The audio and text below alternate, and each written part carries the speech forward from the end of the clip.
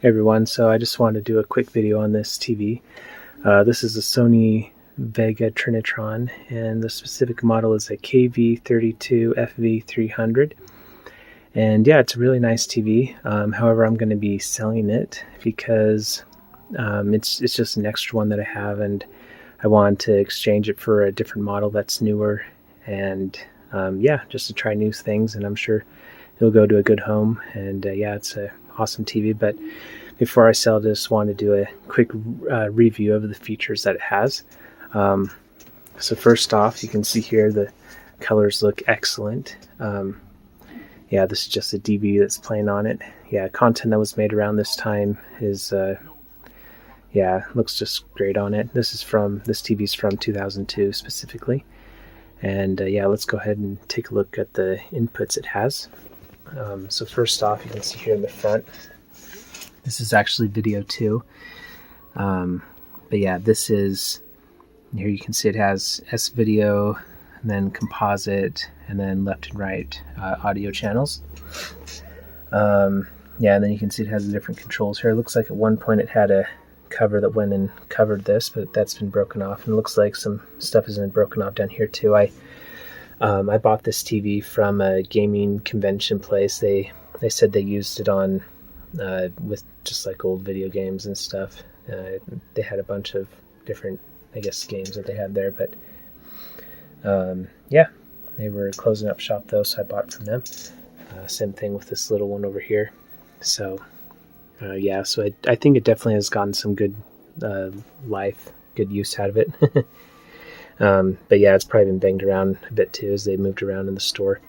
And there's also some scratches on the screen. You actually can't really tell there's scratches too much unless you really look for them when something's playing, but you can see a few here. Well, you could. Now they've kind of disappeared, but there's also a longer one in the middle. Maybe if I turn off the TV, you can see it a little better. Yeah, so there you can see there's a little bit longer scratch there, and then a few smaller ones.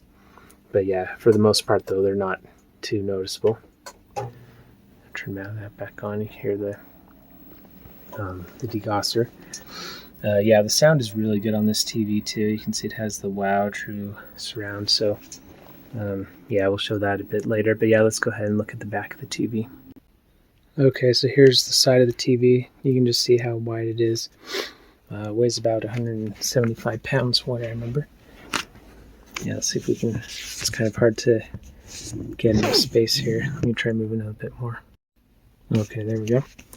Alright, so yeah, so as you can see here, yeah, there's the model number, the KV-32FV300. Yeah, this is one of the better models that they made. Had a lot of really cool features. It was pretty high-end back in the day. And you can see the different inputs it has. So your regular antenna TV, and then I haven't ever tried these. I've had TVs that have these on them before, the aux and then 2 converter. I assume this has to do with cable, and I assume this has to do with maybe if you want to have another RF input. But yeah, this is the one that you would usually use for everything, so I'm not entirely sure, but anyway. And you can see it has another S video here on the back, and then a few, or another composite video, and then composite here too if you want to use this over S video. If you plug in S-video and composite at the same time, by the way, on this video 1 or video 2 on the front, it will default to S-video. I'll show that later. But yeah, then you can see this is cool. It has component here. I already have component cables plugged in. Then here's the audio for component. And yeah, and then it also has video and audio out. So it has, yeah, 2 different channels for audio out. And then, yeah, 1 for video out, which is cool. It can also convert S-video to output over composite. However, it does not convert component to output over composite, and I'm not sure about the RF, but yeah. Anyway, let's go ahead and show what some games look like on this thing. Okay, so here's the first game we're going to be looking at. This is a ROM hack of Zelda. Yeah, you can see it's showing up here on both of the TVs because I have a output, that composite out going into this little TV over here. And yeah, let's go ahead and go into this.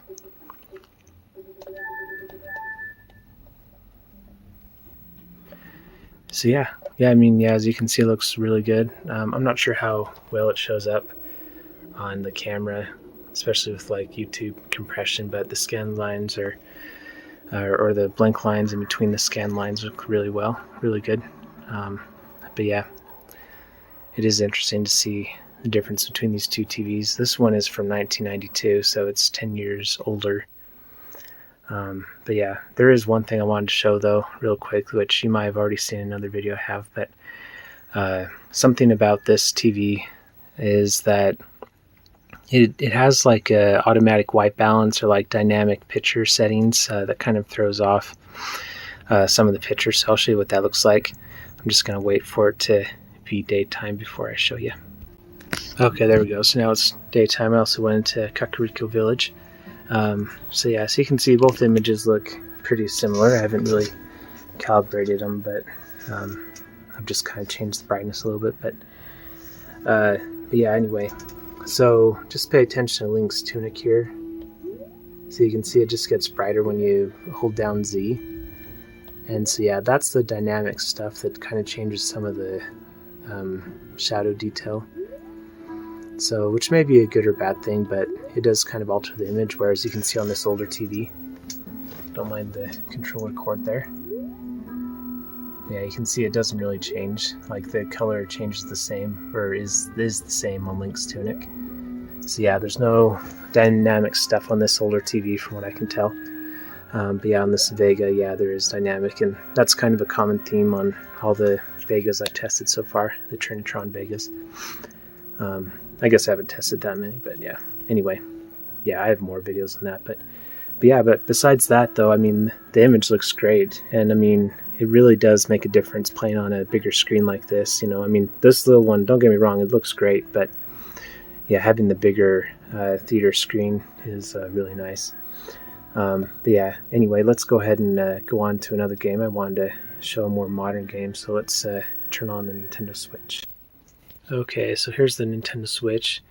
If you saw my other video I did where I showed how to connect this, how to connect the Nintendo Switch to this, yeah, I mean, if you haven't seen that, go ahead and check that out. But basically, long story short, I'm converting the Switch over here to component to use on this TV. Oh, and by the way, this line or any like distortion you see on the screen, you don't see that in real life. That's something that just comes from the different, slightly different refresh rates of the CRT and of my camera. So anyway, but yeah, you can see, so I'm actually manually squishing the aspect ratio on the Switch with this Extron VSC over here.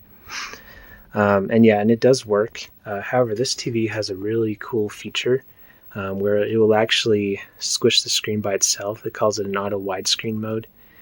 And yeah, then because right now the TV is actually drawing these black lines on the top and bottom of the screen, the letterboxing. It's actually wasting like electrons on that area of the screen.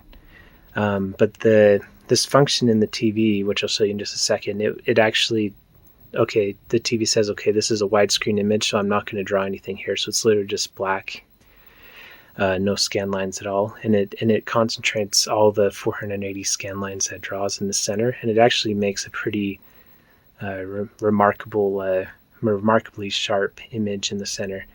So anyway, let me go ahead and show you what I mean. Okay, so here you can see I've extended the screen to fill the top and bottom. And yeah, and a lot of people actually prefer to play this. They like the image to fill up the whole screen. They don't mind that the aspect ratio is slightly off. And actually, a lot of times you don't even really notice. You only really notice when you know something should be a perfect circle, like these icons down here. But in game, you kind of get used to it. However, this TV has a really cool feature. So I'm going to show you the remote. I don't know if this is the original remote. Basically, any Sony remote, any Sony TV, even like the new 2022 OLED or whatever, any Sony remote can work on. Even the old one from the 1992 works on it.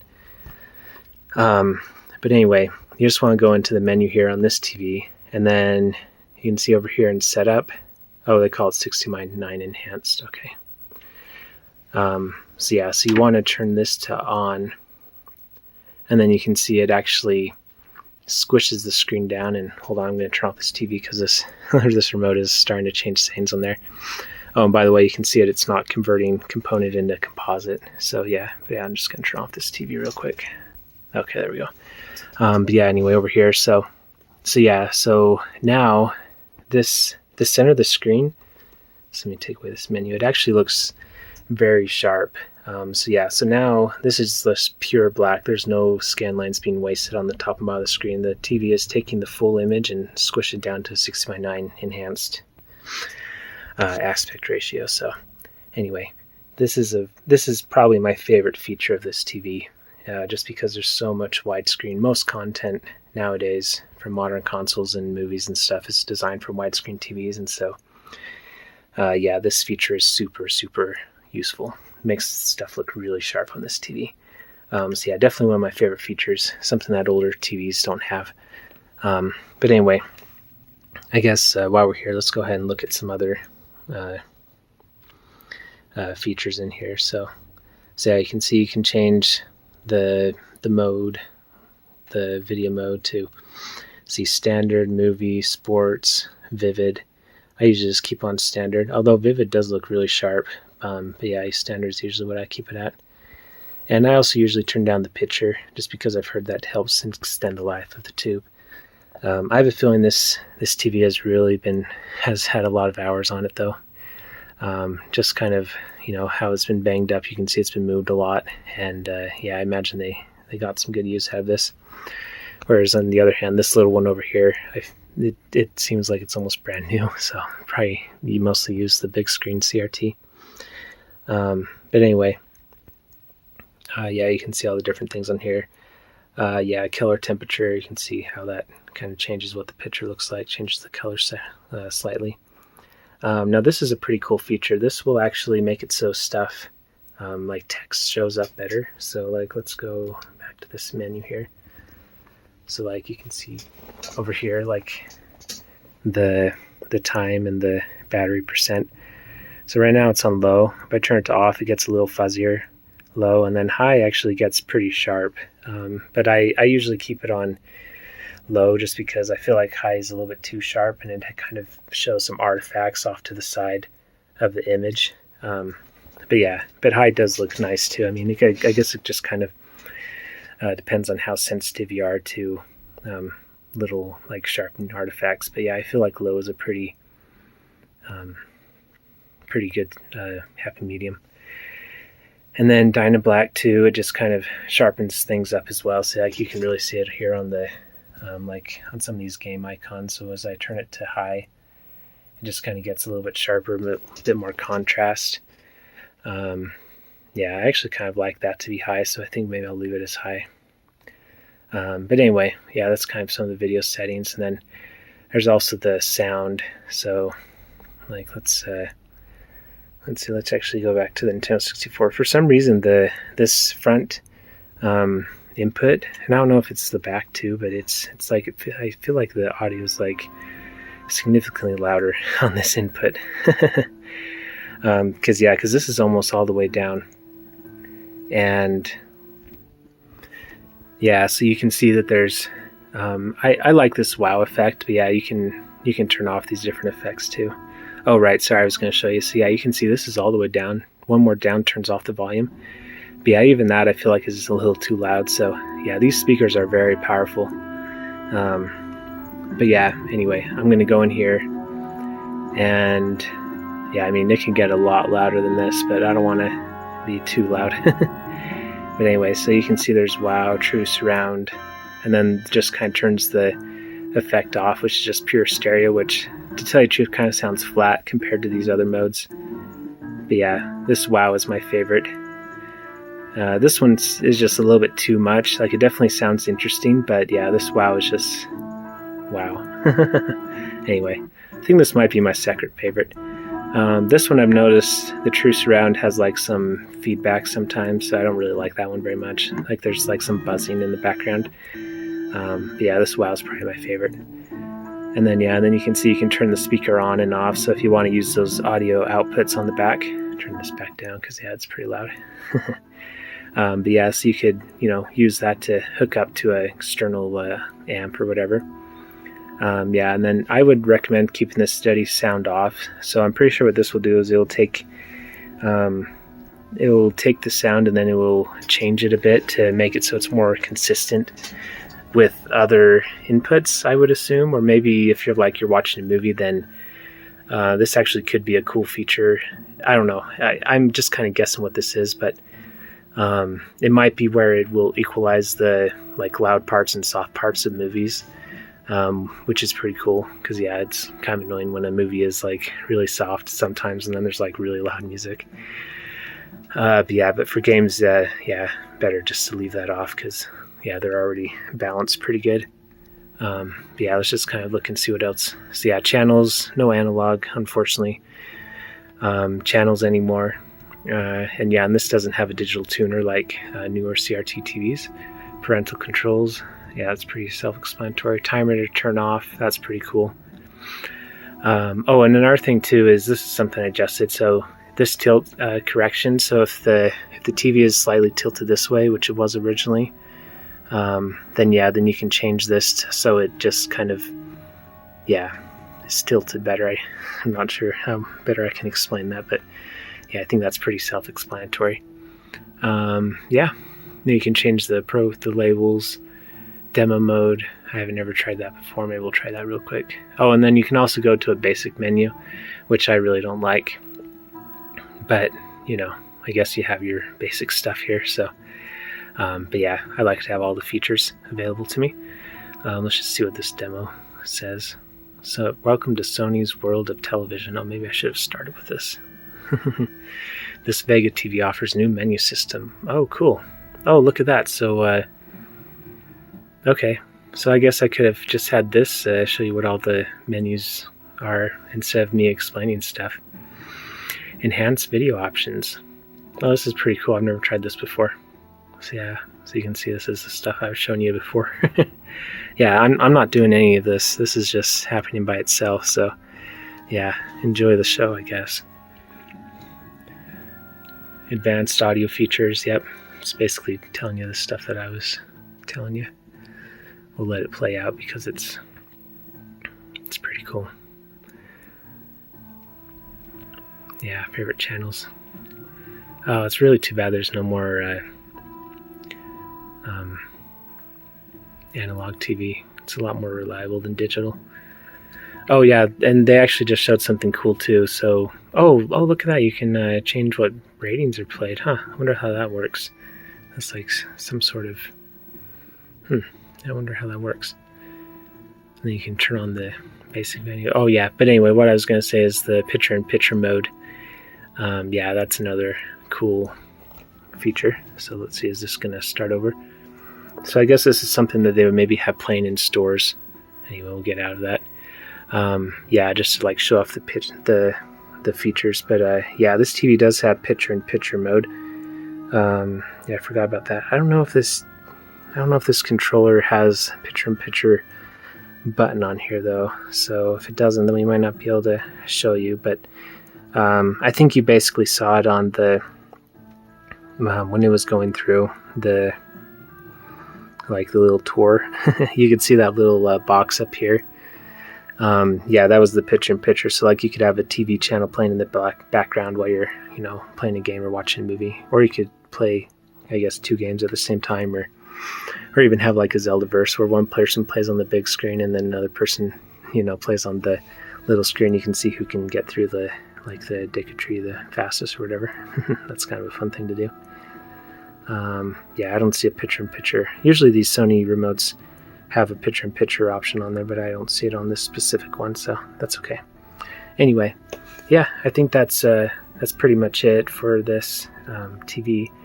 And like I said, it's really nice set. I would definitely keep it if I didn't have other ones that are better, and if I weren't going to get another one that's better. The one I'm going to get, keep an eye out for the next. Well, I don't know if it'll be the next video, but a future video I do on that one. It's going to be a 2006. I mean, I haven't got it yet. It's technically going to be on a bid.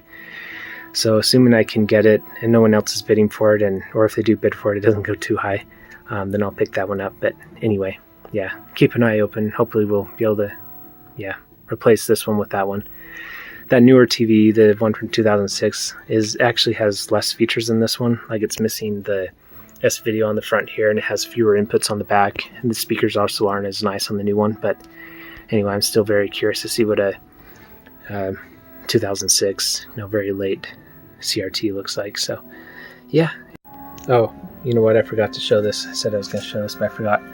So yeah, I'm going to show you. So as I unplug this composite cable and then plug it back in, you'll see that the picture doesn't change at all. So here it is plugged in, and then I'm going to plug it, okay, so I just unplugged it. Now I'm going to plug it back in.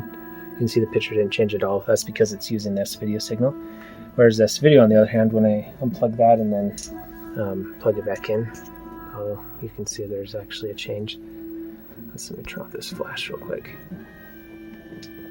So yeah, let's see. Oh, it's kind of tricky to... Wow, it's a really tight fit. There we go. You can see it change there. So yeah, so now it's going off a composite.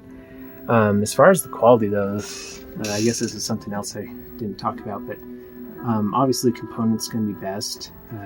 Yeah, I made another video comparing composite and component. But yeah, as far as like composite quality though on this TV, it actually is pretty good. So yeah, you can see just like compared to S-Video. So here's S-Video, and then going back to composite. Boy, it's really hard to unplug this. There we go. Yeah, it looks almost identical. Yeah. So anyway, this TV has a 3D comb filter, and yeah, the composite is excellent on it. So even if you don't have component or S-Video, just plain old composite still looks great on this TV. So, oh, and I almost forgot. One thing I really like, and I wanted to test on the new TV too, is the startup sound of the PlayStation 1. So anyway, let's just see what that sounds like on this TV. I love this sound.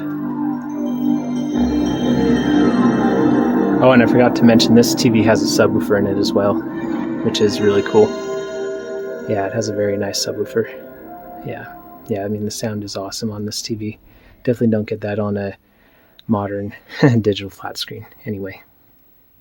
Oh, and then one more thing I forgot to mention is that this TV also has red push. So if you saw the video I did a few months ago on fixing red push on the CRT TV, this is the TV that I did that video on. And yeah, if you didn't see that video and if you don't know what red push is, so red push is when the TV basically has an over bias for the red, like just everything red. And so like black, like where something should be like pitch black, it almost looks like a reddish black, or white kind of has a reddish tint to it as well, reddish pink. So anyway, that's something this TV has. And yeah, I'm hoping that the new one doesn't have that, but yeah, I guess we'll find out. But yeah, that is something to keep in mind. And oh, and another weird thing too is I found out that if I unplug this TV, and I don't know if it's because I left it unplugged for a while, but when I unplug it, and then like I left it unplugged for like a week or a few weeks, and then I plugged it back in, and all the service menu changes that I did to fix the red push had reset to the original values. So anyway, it's something to keep in mind. I don't think all TVs are like this, or at least not all Sony TVs, but a fair amount of them are. So anyway, that's the real ending. So yeah, thanks for watching everyone, and yep, we'll talk to you later. Thanks. Bye.